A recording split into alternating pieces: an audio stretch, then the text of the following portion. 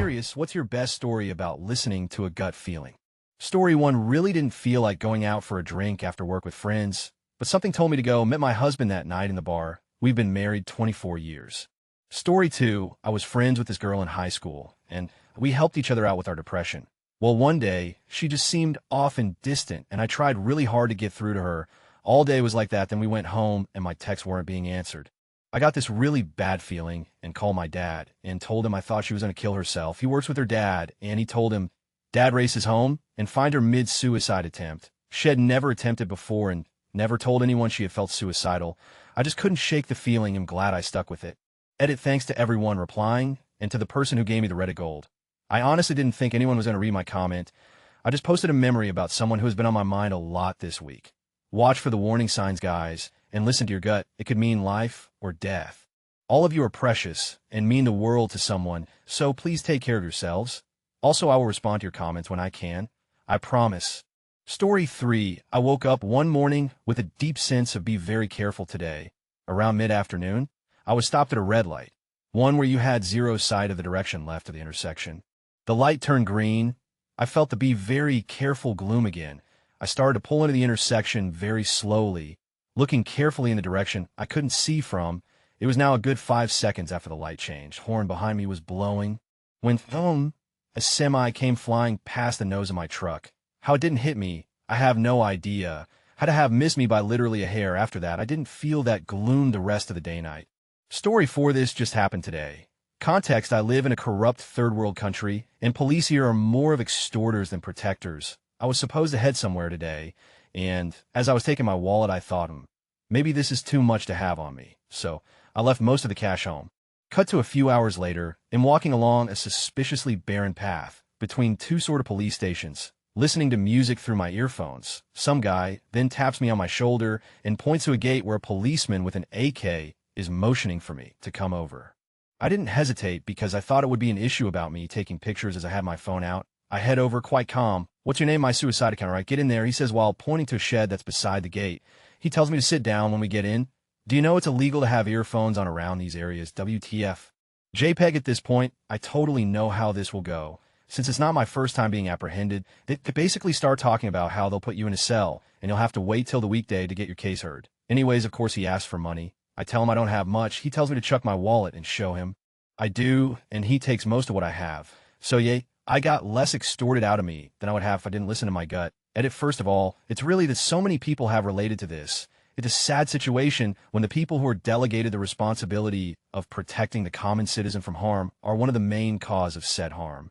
However, it's also important to note that us as citizens have a responsibility to not give in to give said bribes just to get out of trouble. I'm guilty of it. I'd rather pay that 5 bribe than the 50 fine through the proper channels. And that's my own fault for enabling them. I'm trusting that next time will be better. Second, congratulations, Uamontes09. You just won yourself free citizenship to my country. Please remember to leave all backtalk and sense of calm when spotting a police uniform. It's Kenya. Story 5, long story short, Dad nearly kidnapped by fake customs officers when he was a young adult. My dad went to Madrid to stay with a friend. There was sudden change, and they couldn't pick him up from the train station. He had to sleep rough in the station after being mistaken for a prostitute twice. 2 customs officers showed up and started showing my dad their badges and telling him to go with them. Already unsure because they weren't in uniform, my dad followed them anyway. They were putting his stuff in the back of an unmarked car and beckoning him to get in, all the time reassuring him and showing their badges. When he saw a police officer walking down the side of the road, feeling that something was really wrong, he went up to the police officer and asked him to help get his stuff out of the car. The police officer went over to the 2 men, got the stuff out the car, and talked to them and got them to show him their papers. Turns out they were fakes, and the officer took Dad back to the police station after arresting the 2 men and allowed him to stay the night there. Dad got back with his friend, and we all lived happily ever after. Story 6, in high school around everybody's birthday, all their friends would go all out, bringing balloons, brownies, gifts, you name it. It was just a fun tradition the whole school partook in to help with stress and whatnot.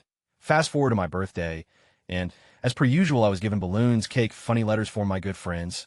All of a sudden, I felt like someone was watching me, and I turn around to see a girl in our class staring at me. I walk over and just start a conversation with her, asking her when her own birthday was, and made a mental note. I had such a string gut feeling that I needed to do something for her on her birthday, even though this was our first time talking. I knew this girl was very shy, a little strange, and had recently been given a lot for coming out to a few people at her school. So I figured her birthday might not be as recognized or participated in as maybe mine was. Fast forward to her own birthday, and I brought her the biggest balloon I could find and some baked goods. As classes went on, I soon realized that was the only thing anyone got her that day. I caught her in the parking lot to say happy birthday one last time before heading to practice, and she seemed happy and normal. Fast forward to about 4 months later, I got chatting to her again. She pulled me aside and told me that for the last year or so, she had been planning to kill herself on her birthday. I was in shock. She told me that the balloon and goodies showed her enough of a brighter side to life to hold off and rethink things, since a stranger seemed to care enough about a special day for her. I still can't believe it. TLDR, a balloon saved a girl's life. Story 7, I was driving home late on night and just minding my own business, hanging out in the center of 3 lanes on the highway, doing maybe a few mph over the speed limit. Suddenly, I just felt, almost heard, the strongest gut feeling I'd ever had that I needed to swerve over now. So I did.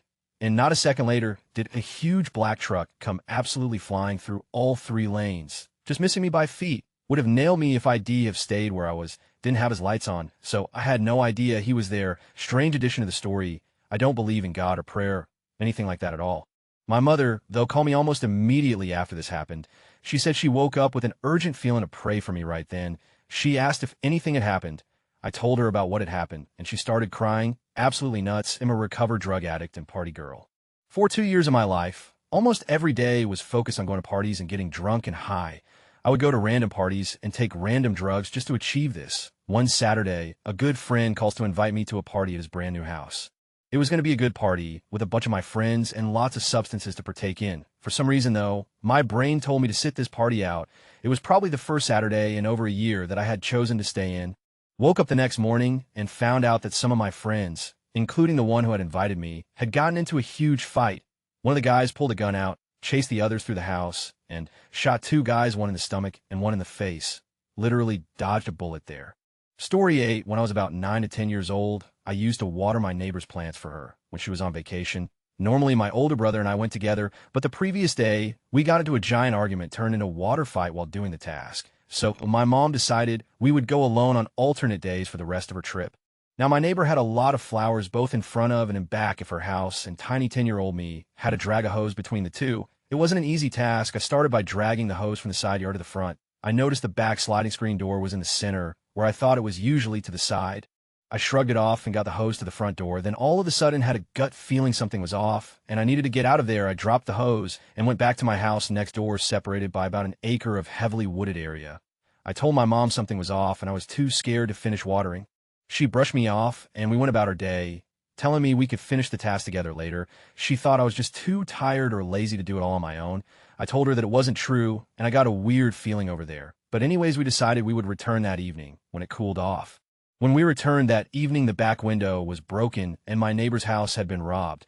One of the large flower pots was now knocked over. Where it hadn't been that morning, the screen door was now off to the side again. That means the burglars were probably inside while I was outside watering the plants. We were both terrified and called the police, of course. My mom now believes my gut feelings. Story 9, I told this story in the last gut feeling thread, but it's worth reposting. I was a birthday party princess in college. Dress up as a Disney character, sing some songs, help with cake, paint faces, typical party stuff. I get called to a party that began at 8 p.m. Unusual, but not unheard of in our industry. A lot of Spanish-speaking families party well into the night. But I pull up down the street, princesses don't drive, and begin walking to the house. Dressed as Sleeping Beauty, my party box of supplies in hand, but when I saw the house, I knew immediately something was wrong. There were no lights on, no cars, no balloons, but against my better judgment, I knocked on the door. This super creepy-looking guy in his mid-50s answers, in a dirty t-shirt and jeans, and the first thing he says is the party's around back. I took one look at this guy and booked it as fast as I could while holding a box, wearing a ball gown, and being mildly crippled to begin with. I got in my car, locked the doors, floored it to a 7 to 11, and called my boss. The party never called, demanding to know where their princess was. No one asked for their deposit back. My boss called police non-emergency, but I don't know if anything was ever done. I'm 100% sure there was no party in that house. Story 10. So my friend and I were walking around at like 200 in the morning playing Pokemon Go. When it had first came out, it was very quiet, and we were just talking to each other when all of a sudden a very loud truck came down the road and drove past us. Then all of a sudden, I just got this feeling in my gut that told me to run. I told my friend what I was feeling, and he immediately told me to run. So we ran behind a gas station parking lot and hid behind a dumpster for a second. And sure enough, that same truck had turned around at the light and came back to the parking lot, and even went behind the store in their truck looking for us. They were in and out, but it was still one of the most chilling feelings I've had before. Story 11, I've told this story before, but it was when my gut told me to not stop and help a woman in distress, and to keep driving. She turned out to be a ploy for a group of people who attack people and steal cars from those who pull over to help. It's a creepy feeling. Story 12, I was joy riding around with two friends in the Shenandoah National Forest. We saw that one road was open, which had always been gated, so we decided to go down it to explore. We drove probably 10 miles down this road, which seemed to be surprisingly well-traveled considering its gate is locked 99 of the time. The road dead ended, and we got out to look around. It was obvious someone had been there with fresh tire tracks around. The ground was pretty disturbed as well. The three of us split up to look around more. I came across a fire pit with a few makeshift benches. It was obvious the fire had just been quickly snuffed out. I started to get that gut feeling. Then I noticed next to the fire pit, a stick drove into the ground. On top of the stick rested a lit cigarette. At this point, my stomach had pretty much dropped out of I even drew my pistol and started to quickly, but not in a panicked way, make my way back to the truck. It seemed to me that someone was hiding from us. I get back to the vehicle, and my two friends had also drawn their pistols, and we didn't even need to say anything to each other. We all felt the same thing, which is a need to GTFO of that hollow as fast as possible. We haven't been back since. Turns out a short time later, a man went missing in that same general area. To this day, he has never been found despite many search attempts. Name is Robert Fitzgerald. I think some people were hiding out there, maybe making meth, maybe running from the law. I've also heard a very similar story from another Redditor who confirmed it happened in the same area and same time frame. Story May 13th, I do a not listening to my gut feeling. 2 months before my marriage, I had the most gut-wrenching feeling that I should not marry the woman I was about to. 8 months later, we divorced. I stupid.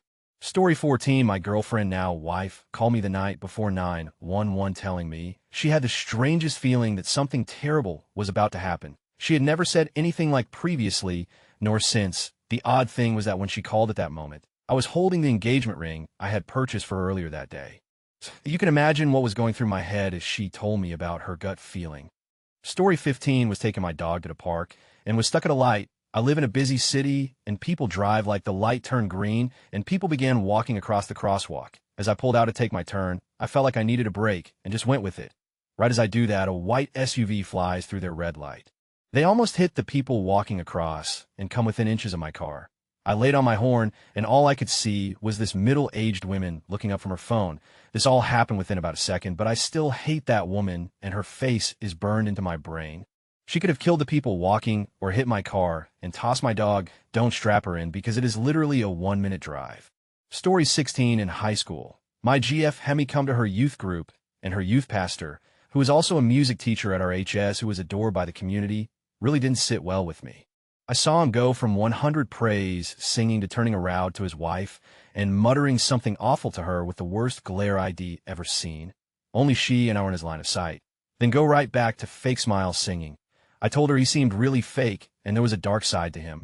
Turns out he was really into Kitty PR0N and even started buying alcohol for his pupils and inviting them to his house. The church knew, covered it up, and he eventually got arrested for misconduct with a minor, did a quick jail stint, and moved out of state.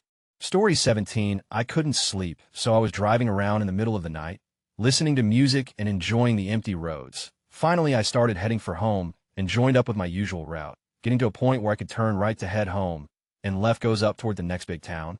I'd been driving for a while, but as I reached this turn, I had the overwhelming urge to turn left.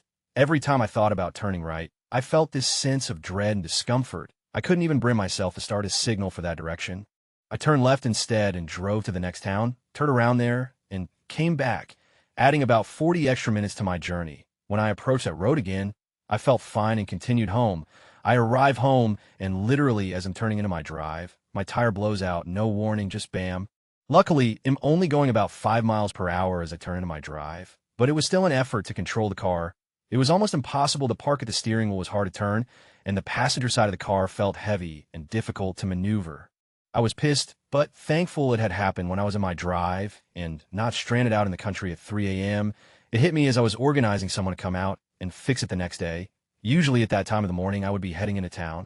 If the tire was going to blow, it would have done so 20 minutes into the journey. When I was on a busy road doing 60 miles per hour with oncoming traffic only feet away, the extra time added to the journey the night before had instead caused it to blow harmlessly in my drive. I have no way to prove that it would have blown in a more dangerous place, but considering my gut instinct, I do think the detour probably saved my. Story 18, it was like someone was telling me to stand in my kitchen. I had everything I needed to leave for work, but this feeling of forgetting something was so strong, I just stood there. After I checked for everything again, I took a step toward the door, and it was like someone was yelling at me to stop, so I stood for 10 more seconds. And then the feeling went away, like a gate was lifted and I could pass, got in my car and did my normal drive, hit some heavier than normal traffic before coming across a 5-car pileup. One car was turned 180, others were smashed, and everyone was standing around on their phones. Had I left like I wanted to, I would have been it. I knew it, too, and just said out loud, "Thank you." Story 19 happened in the worst way. I was working with a patient whose cancer was in full remission. She looked amazing and was telling me about the trip she and her husband was planning, Paris, Africa, etc. All the places she couldn't go to because of kids, military, and now cancer. But now, with nothing holding her back, she was going to take the world by storm. It hit me, and it hit me hard. As we were setting up her follow-up appointments, she asked me if I was okay. I said yes, and she laughed me off. 1 week later, she died in the hospital. Her cancer returned and in record time destroyed her to the point that she was bleeding out internally. They were going through so many bags of blood that the commander of the hospital told them to stop. I will never forget the look on her face as she dreamed of the future that I knew would never happen and the feeling it gave me. Story 20, allergy shots. I was 12 when I started allergy shots. And it's a 5-year program to try to make yourself immune from allergies. There is a standard of 15 minutes you have to wait after getting the shots to make sure there's no reaction. You also have to understand the way they do allergy shots. They start with a really small dose and gradually build up the dosage. Stay at the peak level and then start over with a small dosage. They repeat this over and over until the treatment is done. Anyway, I've been getting them for 4 years now, 1 more year left. I was at the peak dosage level for a month or so, and everything seemed normal. I got my shots, waited the 15 minutes, and my dad who drove me there said the time was up and we could go. I felt fine, but I just felt like I needed to wait a little longer, and I told him let's just wait 5 more minutes. Within the next couple minutes, I was having trouble breathing. We got the doctor, and he had me do the breath strength test where you blow into a tube to check your lung strength or something, and this was visually represented as the 3 little pigs, and I'm trying to blow the doors down. I normally get them all down without a problem. This time, I couldn't even get the first door down. They rushed me to an exam room and laid me down, got me some oxygen, and were checking my blood pressure levels. My BP was dropping and dropping, and they told my dad to call my mom because I might not make it. They had to give me 2 shots of what I was told adrenaline or something, but I'm assuming it was actually epinephrine. I don't know for sure, but they said to keep my heart pumping and to stop the blood pressure from going down. Anyway, I came out of it, and they informed me I'm no longer allowed to get allergy shots ever again. Which sucks, because I didn't finish the series and my allergies are back, as if I've never spent years getting allergy shots every week, but at least I'm alive, glad I trusted my feelings. Story 21. This will probably get buried, but it's cool. My mom was actively dying in hospice, and my sister, brother-in-law, and I were in the room with her, basically just waiting for her to take her last breaths. It took her about 24 hours to go from actively dying to passed away. Anyway, we were all taking turns taking naps, so one of us would be awake in case the moment came. My sister stepped out of the room to take a phone call, and my BL was already asleep. I closed my eyes for a few seconds, it felt like, but I must have fallen asleep because I remember being jolted awake by this feeling of urgency. I sat up, and the nurse looked at me with that look on her face like, oh, it's going to happen, so we yelled for my sister, woke my BIL up, and within about 2 minutes, my mom passed peacefully with all of us awake and surrounding her with love. I've just never had that feeling of urgency so hard in my life.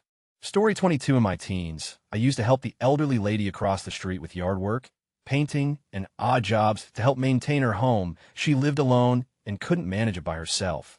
As I've shared here some time ago, I noticed that things had changed across the street. Her lights weren't coming on at night, per usual, and I didn't see her outside for several days, so my instinct told me to go over and check. I found her lying on the kitchen floor, dead, with her beloved cat Tompkins crying for food and looking upset. If I hadn't followed my gut feelings and looked in, the situation might have gone on for a long time as no one else visited her or checked it on a regular basis. Story 23, I've told this multiple times at this point, but my mom and dad went to visit some friends in Thunder Bay, Ontario. The friends introduced my parents to their daughter and her boyfriend. Well, the entire time my parents were visiting, my mom kept getting this really bad feeling about the boyfriend. He made her so uncomfortable for some reason that my parents actually ended up leaving early because my mom kept getting such a weird vibe from the guy.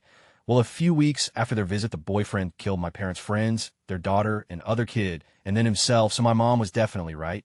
Story 24, driving my teenage nephew to a job interview. In the car was also his grandmother and younger brother. Suddenly, and totally unexpectedly, I felt as if I was compelled to speak. I had an intense feeling that he shouldn't take the job. I warned him that I felt a terrible dread and felt that awful suffering and death was associated with the place. It also felt as if these weren't my words, and I was just transmitting a message, passing on an ethical warning. He got the job. It was in a restaurant, having ignored my warning. Turns out the place was a hotbed of junkies who soon got him hooked too. Death, despair, and madness followed. His friends died, one by one of overdoses. His GF2, he became a hollow-eyed scarecrow, an opportunistic sneak thief. He broke in, and stole his grandmother's engagement ring while she was at her husband's funeral. He went to prison. He was raped there. He eventually lost his mind. Strange to report, he's still alive when so many others along the way died. He's about 40 now, and living on a pension, and doing okay, but the damage to his brain is permanent. You can call my message a gut feeling if you want, but as I related earlier, it felt more like I was acting as a transmitter. Story 25, during a family vacation in Yellowstone, my parents sent me and my siblings out of our rented cabin so they could be alone in hindsight to do things I'd rather not think about. There was a small gas station type of store by the main lodge, so they handed me some cash and told us to go out and get ice cream. Some relevant information: there were 2 ways to the main lodge from our cabin: a scenic lakeside walk or a roadside trek. As the eldest sibling, I was in charge of the younger 2 and the ice cream mission. Normally, I'm the kind of person who picks the scenic route, but something that day told me to walk the not as pretty road. My siblings were disappointed, but I pulled rank and we walked the road to the store. On our way back from getting ice cream, we passed by a cabin next to ours along the road, where the current renter was sitting on the porch. He yelled over at us to be careful and get inside.